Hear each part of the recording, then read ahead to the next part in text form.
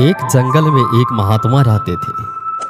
उन महात्मा की खासियत यह थी कि वे किसी का भी भविष्य बता सकते थे। बड़े बड़े राजा उन्हें मानते थे और उनके बताए हुए मार्ग पर चलते थे। उस जंगल के बीचों बीच में एक नदी गुजरती थी और उन महात्मा की कुटिया उस नदी के किनारे पर ही थी। नदी के दोनों तरफ अलग अलग शक्तिशाली राजाओं के साम्राज्य थे। वे दोनों ही राजा उस महात्मा को बहुत मानते थे। वे दोनों जब भी कोई बड़ा कार्य करते थे तो उस महात्मा से सलाह लेने के लिए अवश्य आते थे। एक दिन इन दोनों राजाओं में किसी बात पर कहासुनी हो गई।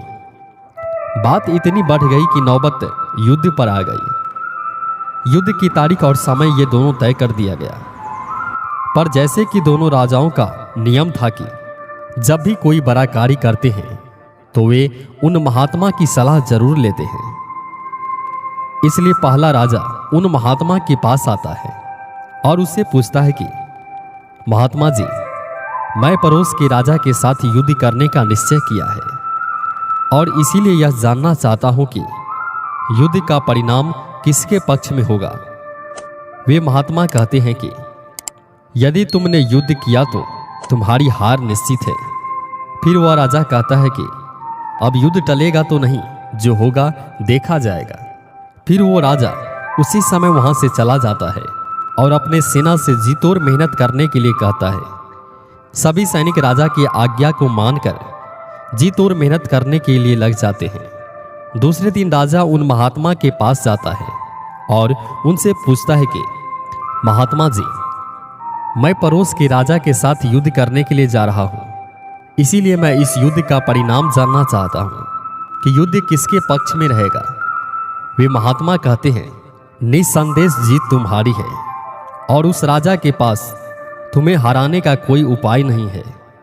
उन महात्मा की बात सुनकर वो राजा बहुत ज्यादा प्रसन्न हो जाता है और सीधा जाकर अपनी सेना को यह खुशखबरी सुनाता है कि युद्ध में उनकी जीत पक्की है।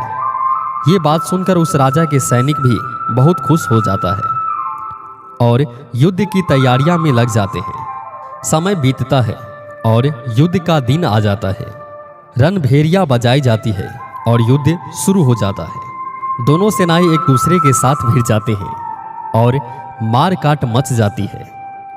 देखते ही देखते जिस पहले राजा की हार निश्चित थी, वे दूसरे राजा की सेना को ढेर कर देती है और पहला राजा वो युद्ध जीत जाता है जिसे उन महात्मा ने कहा था कि वो युद्ध हारेगा।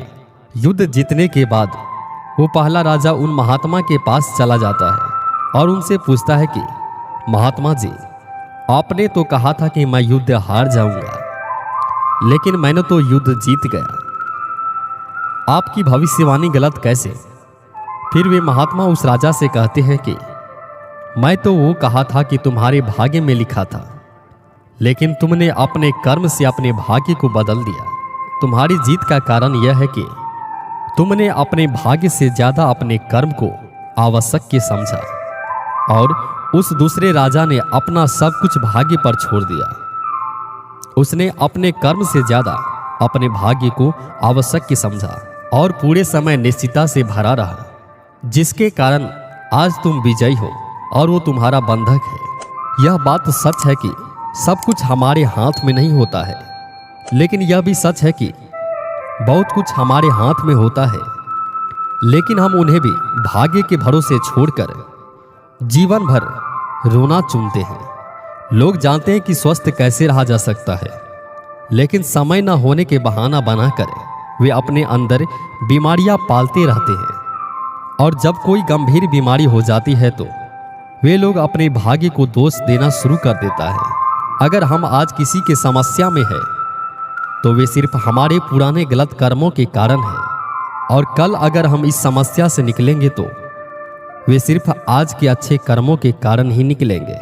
अगर आप आज कुछ नहीं करते हैं तो कुछ तो होगा ही और वो आपका भाग्य है। और अगर आप आज अपने बुद्धि का इस्तेमाल करके वो करते हैं जो आप करना चाहते हैं तो वो आपका कर्म है। तो ये आपके ऊपर की है, आपको कुछ करना है या अपने भाग्य के भरोसे पर बैठे रहना है।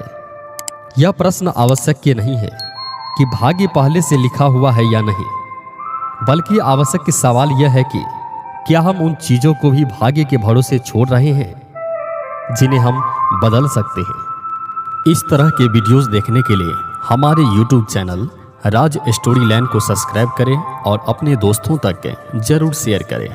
Thanks for watching.